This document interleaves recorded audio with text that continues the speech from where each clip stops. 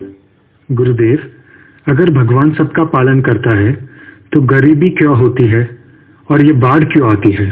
तुम एक मूवी देखते हो, उसमें कोई समस्या नहीं है, कोई बाढ़ नहीं है, कोई उपद्रव नहीं है।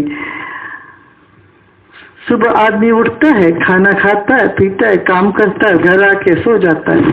दूसरे दिन ऐसे होता, तीसरे दिन ऐसे होता, चौथे दिन ऐसे होता। वो मूवी देखने जाओगे क्या? हाँ, वो सिनेमा कुछ पसंद आएगा क्या?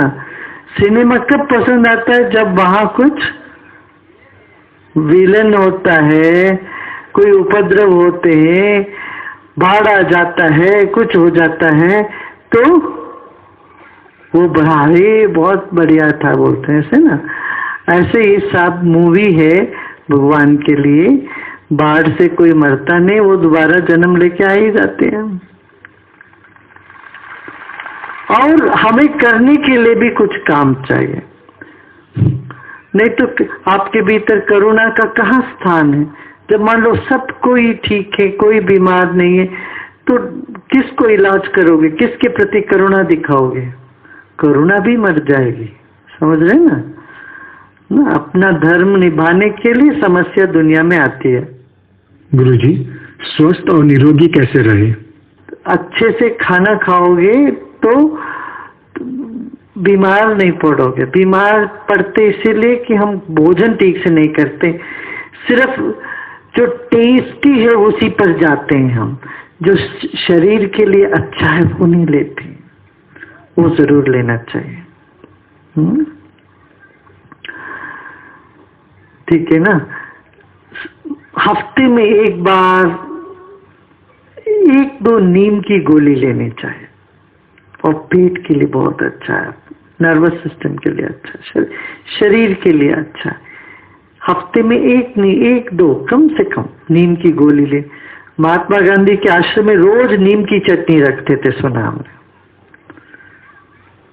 क्यों? उससे मगज भी ठीक रहता, शरीर भी ठीक रहता, पेट भी ठीक रहता, रोग निरोधक शक्ति आती है हमारे शरीर में। फिर त्रिफला भी ऐसे लेना चाहिए, त्रिफला से भी शरीर को लाभ मिलता है। वात पित्त कफ कहीं भी इम्बैलेंस हो, कहीं भी असंतुलनता हो, वो संतुलन आ जाता है फिर उससे। ये जरूर लेना चाहिए। तो इस तरह से जीवन में हमें औषधि भी प्रयोग में लाना चाहिए, मंत्रों का भी प्रयोग करना चाहिए। आज हमने सुना एक बड़ा आर्टिकल आया है, ओम सिर्फ एक मंत्र नहीं है, वो औषधि भी है।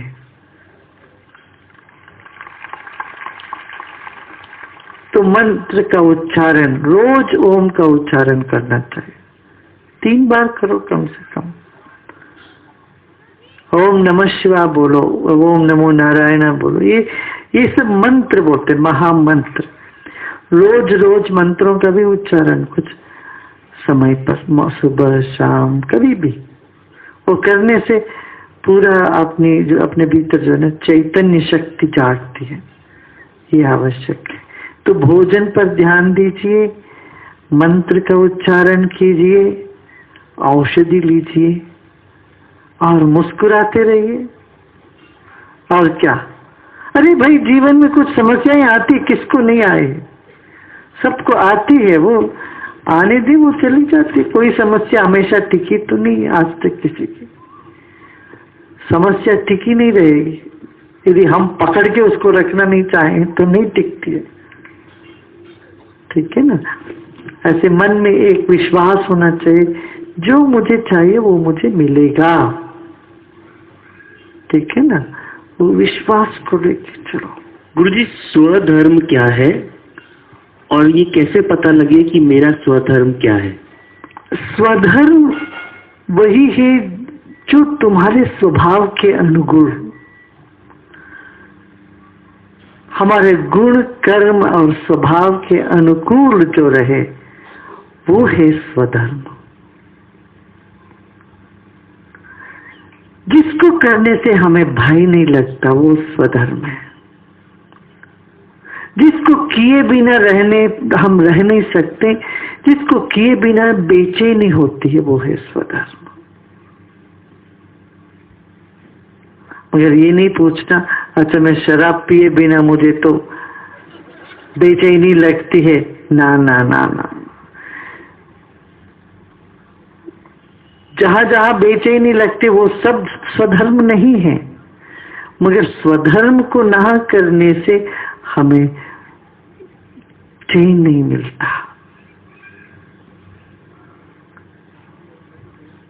इसीलिए कहते हैं स्वधर्मे निधनम श्रेय परधर्मो भयावह।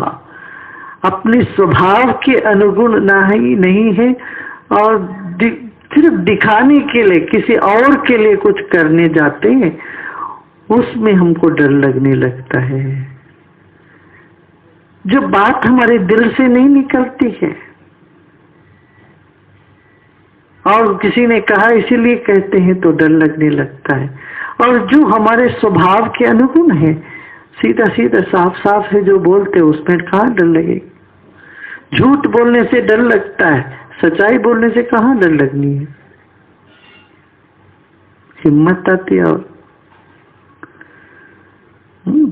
इसी को स्वधर्म कहते हैं, जिससे हम पले पोसे, जिससे हम हमारे जीवन में जिसकी धारा बह रही है और जिसको करने से हमारा उत्थान होता है। मन बुद्धि चित्त और आत्मा जिससे थामी हुई है वो है धर्म।